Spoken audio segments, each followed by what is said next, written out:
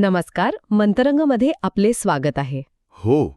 आणि आजच्या या अत्यंत महत्वाच्या सखोल चर्चेत आपण आजची चर्चा सुरू करण्यापूर्वीच पहिल्या काही सेकंदात मला एक खूप महत्वाचा आणि कदाचित थोडासा टोचणारा प्रश्न विचारायचा आहे. लोक तुमचे ऐकत नाहीत का? बापरे, हा प्रश्न म्हणजे अगदी थेट वर्मी लागणारा आहे. म्हणजे ऐकायला जरी तो एका ओळीचा आणि साधा वाटत असला ना, तरी तो खूप खोलवर टोचतो. एखाद्या धारदार शस्त्रासारखा थेट मनाला भिडतो. हो ना. कारण आपण सर्वच जण आयुष्याच्या कुठल्या ना कुठल्या टप्प्यावर या अनुभवातून नक्कीच गेलेले असतो. अगदी खरंय. म्हणजे विचार करा, आपण एखाद्या अत्यंत महत्वाच्या ऑफिस मीटिंगमध्ये बसलो आहोत किंवा रात्री डायनिंग टेबलवर कुटुंबासोबत काहीतरी महत्वाचा विषय मांडत आहोत. आपण अगदी मनापासून पोटतिडकीने बोलत असतो आणि अचानक आपल्या लक्षात येतं की समोरचा माणूस आपल्याकडे लक्षच देत नाहीये. हो, त्यांचे डोळे मोबाईलच्या स्क्रीनवर असतात. अगदी तेच. त्यांचे डोळे मोबाईलवर असतात किंवा ते निव्वळ शून्यात पाहत असतात. आपण जे काही बोलतोय ते विचार जणू हवेत विरघळून जात आहेत. असा तो भयानक अनुभव असतो. जणू आपला आवाजच कुणापर्यंत पोहोचत नाहीये. नक्कीच. आणि जेव्हा असं घडतं ना, तेव्हा आतून एक भयंकर हतबलता येते. मी अनेकदा अनुभवलाय हा प्रसंग. आणि ही जी हतबलता असते ना, ती हळूहळू एका प्रकारच्या नैराश्यात रूपांतरित होते. म्हणजे आपल्याला वाटू लागतं की आपल्या शब्दांना, आपल्या मतांना आणि पर्यायाने आपल्या अस्तित्वाला काही किंमतच उरलेली नाहीये. बरोबर. ही भावना आपल्या आत्मविश्वासाला आतून पोखरू लागते. आपण स्वतःलाच प्रश्न विचारू लागतो की काय चुकलं माझं? माझ्या बोलण्यात काही त्रुटी आहे का? म्हणूनच आजची आपली ही सखोल चर्चा याच अस्वस्थ करणाऱ्या विषयावर आधारित आहे. आपण अनेकदा असे का अनुभवतो की आपले विचार कोणी गांभीर्याने घेत नाही? आज आपण नॅपोलियन हिल यांच्या how to sell your way through life या अत्यंत प्रभावी पुस्तकातील विचारांचा वेध घेणार आहोत. आणि या पुस्तकाचा संदर्भ आणि ते ज्या काळात लिहिले गेले, तो काळ समजून घेणं खूप जास्त महत्वाचं आहे. म्हणजे महामंदीचा काळ. अगदी बरोबर. हिल यांनी हे पुस्तक 1930च्या दशकातील, ज्याला आपण ग्रेट डिप्रेशन म्हणतो, त्या काळात लिहिलं. तो असा काळ होता जेव्हा जगात प्रचंड नैराश्य पसरले होते.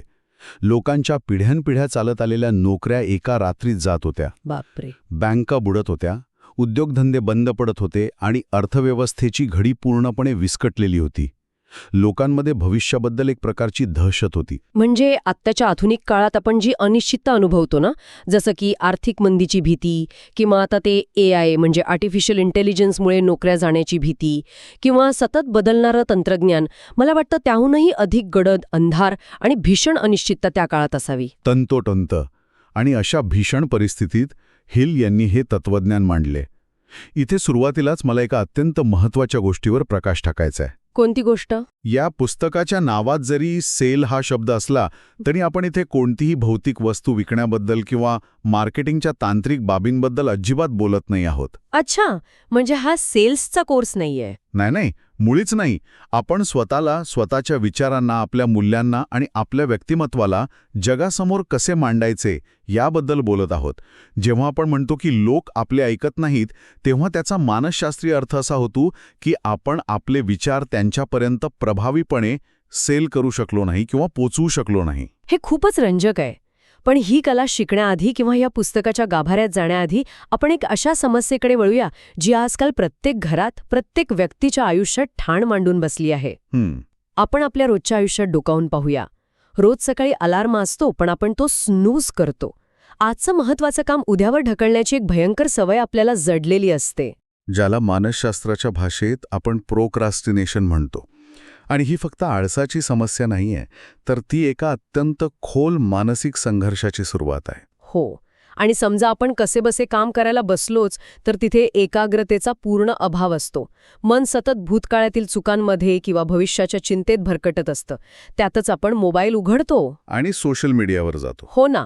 तिथे इतरांचे हसरे चेहरे, त्यांचे सुट्टीतील छान छान फोटो पाहतो आणि नकळत आपण स्वतःची त्यांच्याशी तुलना करू लागतो. आणि इथूनच ओव्हरथिंकिंग म्हणजेच अतिविचाराच्या दुष्टचक्राला सुरुवात होते. आपण स्वतःला इतरांपेक्षा कमी लेखू लागतो. एकच नकारात्मक विचार आपल्या डोक्यात सतत फिरत राहतो. तो थांबतच नाही. आपण त्यातून बाहेर का पडू शकत नाही? खूप उत्तम आणि काय म्हणतो आपण, खूप महत्त्वाचा प्रश्न आहे. खरं तर ओव्हर थिंकिंग ही मुळात आपल्या मेंदूची एक संरक्षण यंत्रणा किंवा डिफेन्स मेकॅनिझम आहे. डिफेन्स मेकॅनिझम म्हणजे मेंदू आपलं रक्षण करतोय. अगदी तसंच. उत्क्रांतीच्या काळापासून आपला मेंदू सतत संभाव्य धोक्यांचा अंदाज घेण्याचा प्रयत्न करत असतो. जेव्हा आपण स्वतःची इतरांशी तुलना करतो किंवा भविष्याची चिंता करतो, तेव्हा मेंदूला सिग्नल मिळतो की आपण कुठल्यातरी मोठ्या संकटात आहोत किंवा आपण स्पर्धेत मागे पडत आहोत. त्यामुळे तो सतत त्याच गोष्टीचं विश्लेषण करत बसतो, जेणेकरून तो आपल्याला सुरक्षित ठेवू शकेल. पण या सततच्या प्रक्रियेत मेंदूवरील ज्याला आपण कॉग्निटिव्ह लोड म्हणतो, तो इतका वाढतो की आपली ऊर्जा त्या विचारांमध्येच संपून जाते. अरे बापरे. हो, आपण प्रत्यक्ष कृती करूच शकत नाही.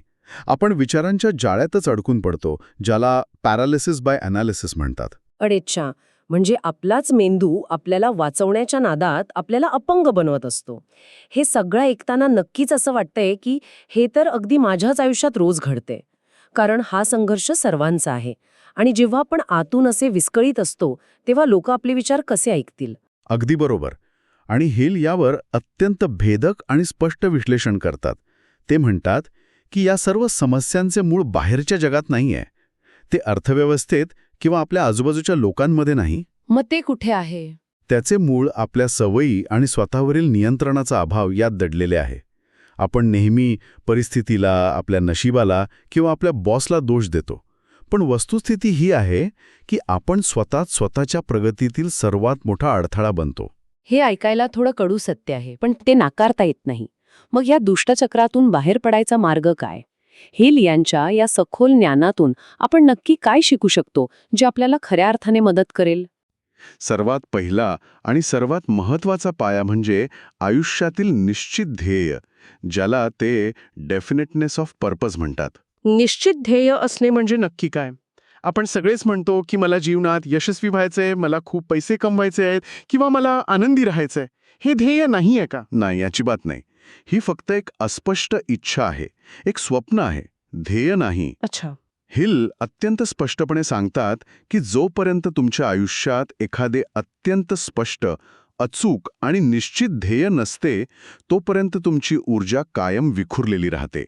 जेव्हा तुम्हाला माहीतच नसतं की तुम्हाला जायचं कुठे आहे, तेव्हाच ही टाळाटाळ करण्याची म्हणजे प्रोक्रॅस्टिनेशनची सवय बळावते. कारण तुमच्या मेंदूला कृती करण्यासाठी कोणतेही ठोस कारण दिसत नाही. हे ऐकताना मला एक उदाहरण आठवतं. म्हणजे हे अगदी एका अनोळखी शहरात टॅक्सीत बसण्यासारखं आहे. विचार करा, आपण एका टॅक्सीत बसलो आहोत आणि ड्रायव्हरला सांगतोय, मला कुठेतरी छान जागी घेऊन चल. ड्रायव्हर आपल्याला शहरात गोल गोल फिरवतो, ट्रॅफिकमध्ये अडकवतो, पेट्रोल जाळतो आणि शेवटी आपण चिडतो की आपण कुठेच पोचलो नाही. पण या ड्रायव्हरची काय चूक? आपण त्याला निश्चित पत्ताच सांगितला नव्हता. किती अचूक, वास्तववादी आणि सोपी उपमा आहे ही. आपल्या मनाची अवस्था अगदी त्या टॅक्सीसारखीच असते. जर आपण आपल्या मनाला एक निश्चित डेस्टिनेशन किंवा पत्ता दिला नाही, तर आजूबाजूचे लोक, सोशल मीडियाचे नोटिफिकेशन्स, रोजच्या ताणतणावाच्या बातम्या हे सगळे ड्रायव्हर बनून आपल्या मनाला वाटेल तिथे भरकटवतात. खरंय. मानसशास्त्रामध्ये याला रेटिक्युलर ॲक्टिव्हेटिंग सिस्टीम किंवा RAS शी जोडले जाते. ही आपल्या मेंदूतील एक फिल्टरिंग यंत्रणा असते. जेव्हा तुमचं ध्येय निश्चित असते, तेव्हा ही यंत्रणा आजूबाजूच्या गोंधळातून फक्त त्याच गोष्टी टिपते ज्या तुमच्या ध्येयाशी संबंधित आहेत. म्हणजे जर माझं ध्येय निश्चित असेल, तर मला कुणीही येऊन डिस्टर्ब करू शकत नाही. मी अनावश्यक गोष्टींना, फालतू गप्पांना ठामपणे नाही म्हणायला शिकते, कारण मला माझा पत्ता माहीत असतो. तंतोतंत. आणि एकदा का हे ध्येय निश्चित झालं की पुढचा सर्वात महत्त्वाचा आणि तितकाच कठीण टप्पा येतो, तो म्हणजे वेळेच्या नियोजनाचा. हिल यांनी दिवसाच्या 24 तासांचं एक अत्यंत साधे पण डोळे उघडणारं गणित मांडले आहे, ज्याला ते बजेटिंग टाईम म्हणतात.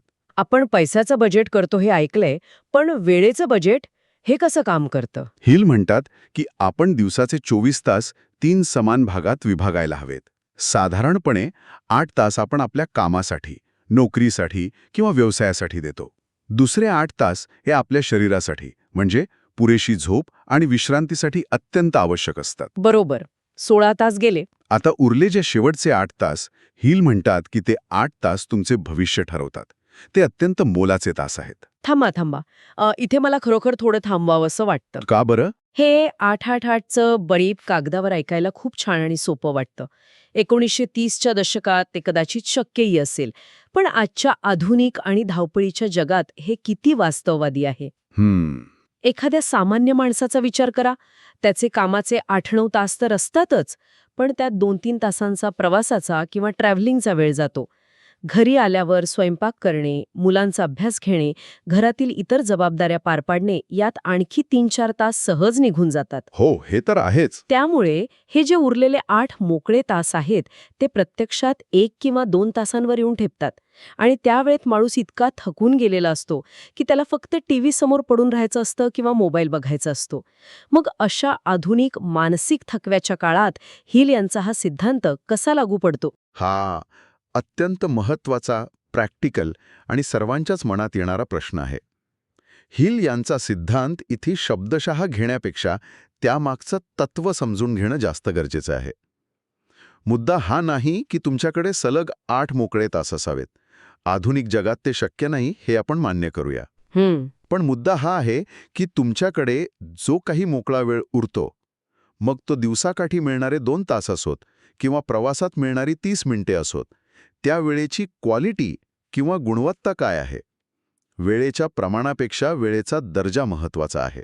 म्हणजे तुम्ही म्हणताय की वेळ कमी असला तरी तो कसा वापरतो हे महत्वाचं आहे. पण थकव्याचं काय? तिथेच मोठी गोम आहे.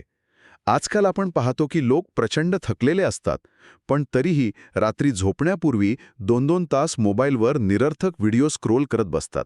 हो ना. याला मानसशास्त्रात रिव्हेंज बेड टाईम प्रोक्रास्टिनेशन म्हणतात. याचा अर्थ असा की दिवसभर कामाच्या ठिकाणी किंवा प्रवासात आपल्या वेळेवर आपलं स्वतःचं नियंत्रण नसतं, म्हणून रात्री स्वतःला जागे ठेवून आपण ती नियंत्रणाची खोटी भावना मिळवण्याचा प्रयत्न करतो. आपण स्वतःचाच सूड घेत असतो. अरे च्या, म्हणजे हे जे आपण रात्री उशिरापर्यंत डोळे चोळत सोशल मीडियावर रेंगाळतो, तो आराम नसून तो आपल्याच मनाचा एक प्रकारचा मानसिक बंड आहे. अगदी तसंच. आपण त्याला आराम समजतो, पण प्रत्यक्षात तो वेळेचा आणि ऊर्जेचा अपव्यय असतो. आणि इथेच हिल यांचा सल्ला कामी येतो. ते म्हणतात की उरलेला वेळ, मग तो कितीही कमी असो, तो केवळ भविष्याच्या चिंतेत, इतरांची तुलना करण्यात किंवा निरर्थक स्क्रोलिंगमध्ये घालवू नका. तो स्वतःच्या विकासासाठी वापरा. नवीन काहीतरी वाचण्यासाठी, एखादा नवीन कौशल्य शिकण्यासाठी किंवा अगदी शांतपणे बसून ध्यान करण्यासाठी वापरा. विश्रांती महत्वाची आहेच, पण ॲक्टिव्ह रिकव्हरी आणि पॅसिव्ह नंबिंग यात खूप मोठा फरक आहे. Passive numbing? हो, टीव्ही बघून किंवा मोबाईल बघून मेंदूला आराम मिळत नाही. तो फक्त मेंदूला काही काळासाठी बधीर करण्याचा प्रकार आहे. ते 8 तास किंवा उरलेला वेळ ही तुमची स्वतःमध्ये केलेली गुंतवणूक असली पाहिजे. हे खूपच डोळे उघडणारे आहे.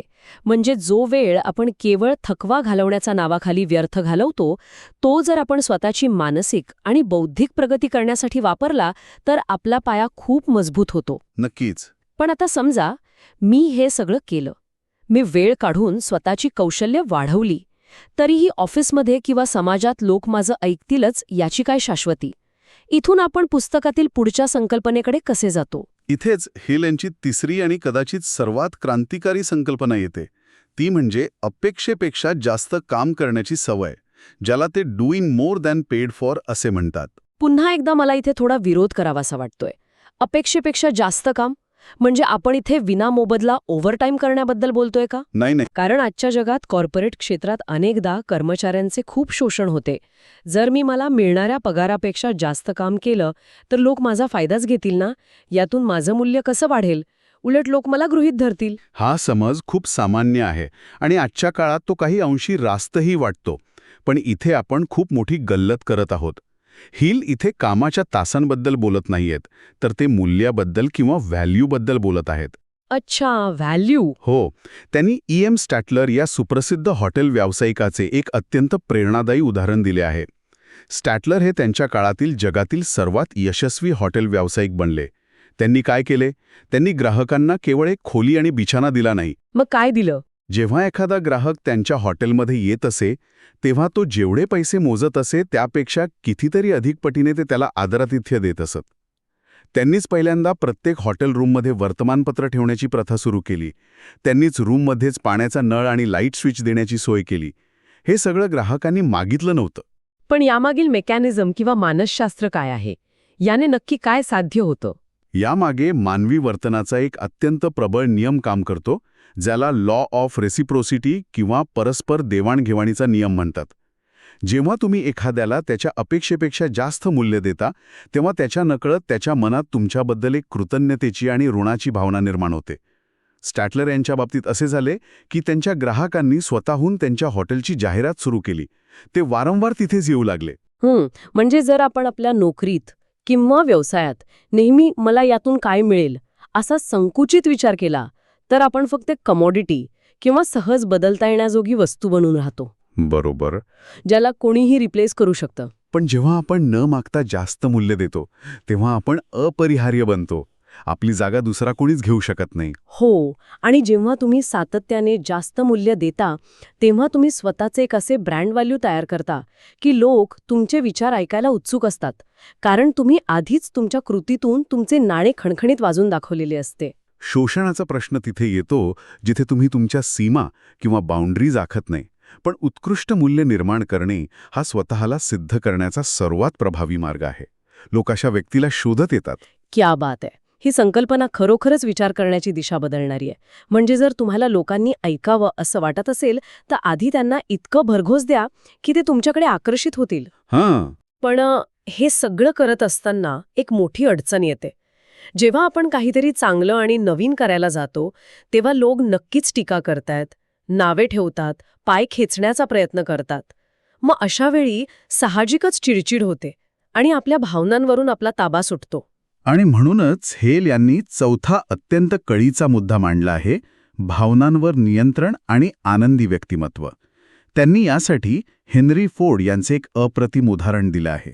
ऑटोमोबाईल विश्वातील दिग्गज हेनरी फोर्ड, ज्यांनी मोटारगाडी सर्वसामान्यांपर्यंत पोहोचवली. होय, तेच. पण त्यांचा प्रवास सोपा नव्हता. जेव्हा फोर्ड यांनी V8 इंजिन बनवण्याची कल्पना मांडली, तेव्हा त्यांच्याच कंपनीतील इंजिनियर्सनी आणि बाहेरील तज्ज्ञांनी त्यांच्यावर प्रचंड टीका केली. अच्छा. एकच ब्लॉकवर 8 सिलिंडर बसवणे अशक्य आहे असे सांगून त्यांना अक्षरशः वेड्यात काढण्यात आले. पण या सगळ्या टीकेला फोर्ड यांनी कसं तोंड दिले? त्यांनी कुणावरही राग काढला नाही, कुणाला कामावरून काढण्याची धमकी दिली नाही किंवा ते नैराश्यातही गेले नाहीत.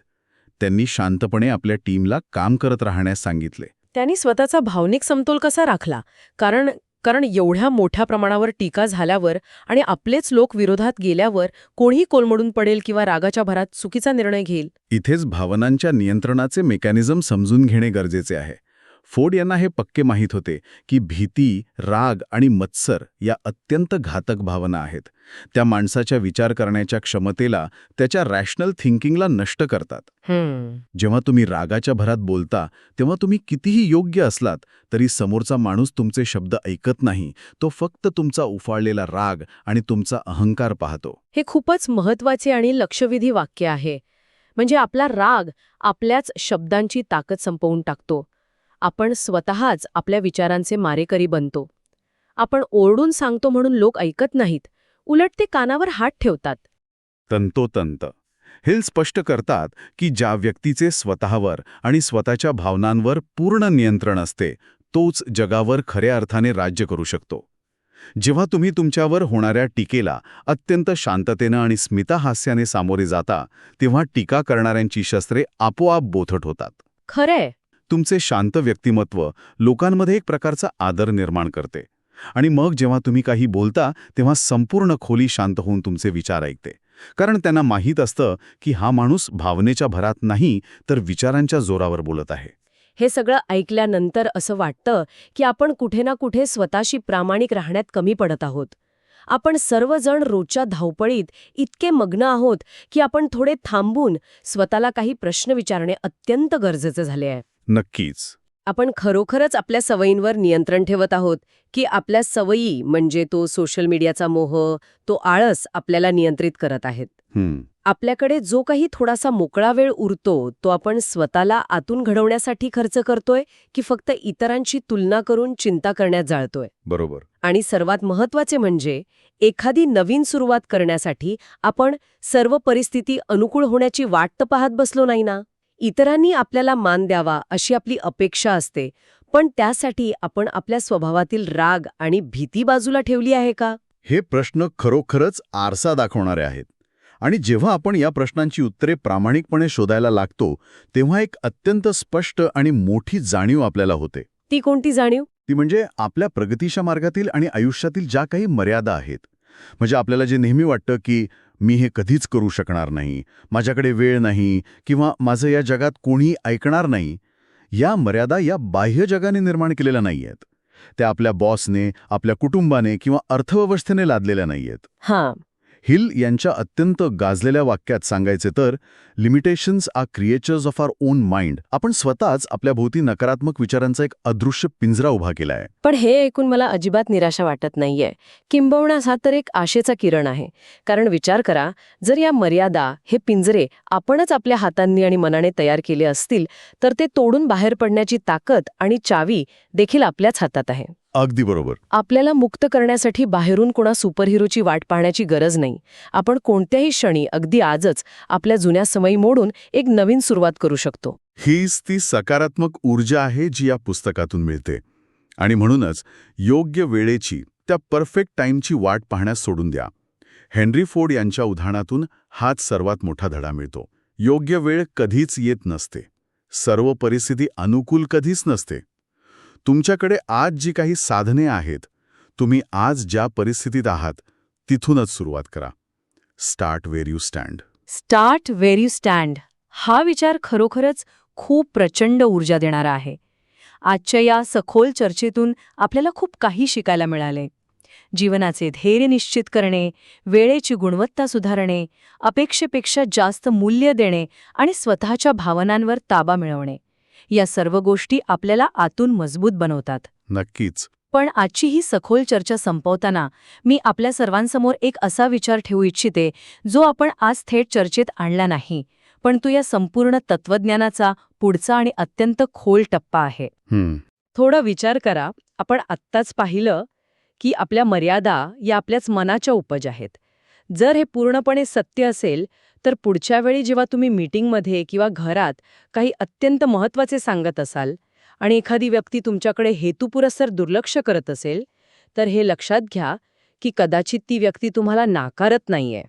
मग काय करत असते ती व्यक्ती? ती व्यक्ती स्वतःच्याच आतील मर्यादेंचे, स्वतःच्याच असुरक्षितेचे आणि भीतीचे प्रतिबिंब तुमच्यावर लादत आहे. मानसशास्त्रामध्ये याला प्रोजेक्शन म्हणतात. ते स्वतःतून रिकामे आहेत, म्हणून ते तुम्हालाही तसंच भासवण्याचा प्रयत्न करतात. तुम्ही तुमच्याबद्दलच्या मतांशी लढत नाही आहात, तुम्ही त्यांच्या स्वतःच्याच अंतर्गत भीतीशी लढत आहात. अरेचा, हा विचार तर खूपच खोल आहे. हो ना?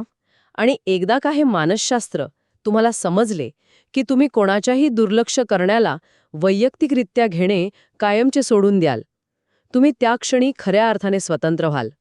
स्वतःच्या विचारांचे मालक बना, तुमच्या मनातील शंका दूर करा आणि मग पहा, जग तुमचे नक्की ऐकेल. व्हिडिओला लाईक करा, चॅनलला सबस्क्राईब करा आणि जास्तीत जास्त लोकांपर्यंत शेअर करा.